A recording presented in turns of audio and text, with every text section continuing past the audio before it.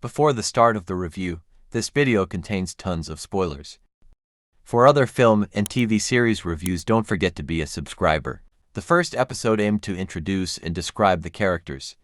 In the second part, the story they wanted to tell slowly started to settle.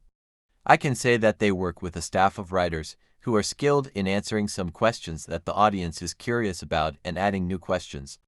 Look, the meteor fell. Meteor. Huge fireball. To us viewers, the elven king Gil-galad, elven emissary Elrond, and the two elves with him saw the fall of a meteor. But they didn't say a single word about this incident during the whole episode. They ignored it. Moreover, this elven king realized that the leaf that had fallen from the sacred tree was sickly. But he didn't even send a research team out of curiosity about an event that happened at the same time. Such great natural incidents are things that aren't seen every day in Middle-earth. I don't believe they will make a logical mistake here. I hope they will prove that I'm wrong in the next episodes of the series. As I said at the end of the first episode, the flame doesn't burn at all. Not only the stranger but also Nori from Herford. Here, in an additional sequence to things caught my attention, the meteor man is in the same fetal position, like a newborn baby. And I think they refer to Sauron's eye from the movie Lord of the Rings. In these scenes, I have noticed fires aren't burning Nori like Sauron's fire once upon a time hidden in a cave one.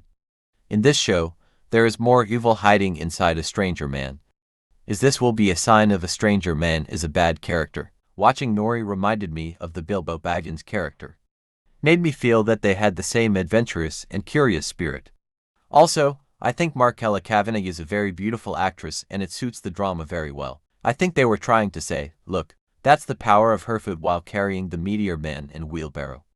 It was a good scene, but the questions on the scene aroused our curiosity. It's not a troll. Maybe the great folk from the people isn't human. They may be elves, but he has no ears and isn't handsome. Also, elves don't fall from the sky. As far as I know, nobody does. But yes, Nori, he fell. As I said at the beginning, this meteor event is a rare thing, but it seems to have only attracted Nori's attention in the whole universe. At least for now. When Arondir and Bronwyn come to the village, they see burned down buildings. Even though there are cracks around like an earthquake. The cinematographer seems to have done a good job. When Celebrimbor says he wants to be as good a craftsman as his ancestor Efanir, Elrond says the dwarves can help. When the two of them pass into khazad-dum together, we see them both in the same clothes.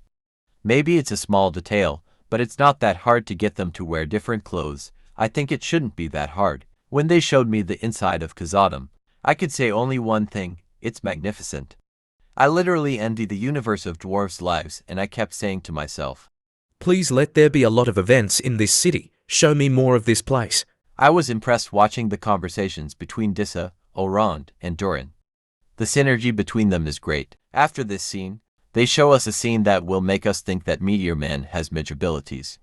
It was a great scene when the trees were leaning in the direction the man was shouting. Then we realized that the stranger man doesn't know how to talk. Halbrand is a charismatic and smart character. I think he is so selfish at the same time. To remind you, Halbrand is absent from Tolkien's works. The fictional character, and a character on which we will develop a lot of theories. You can go and check my theory videos to learn more about my opinions on this character. Frankly, orcs were more realistic than I expected.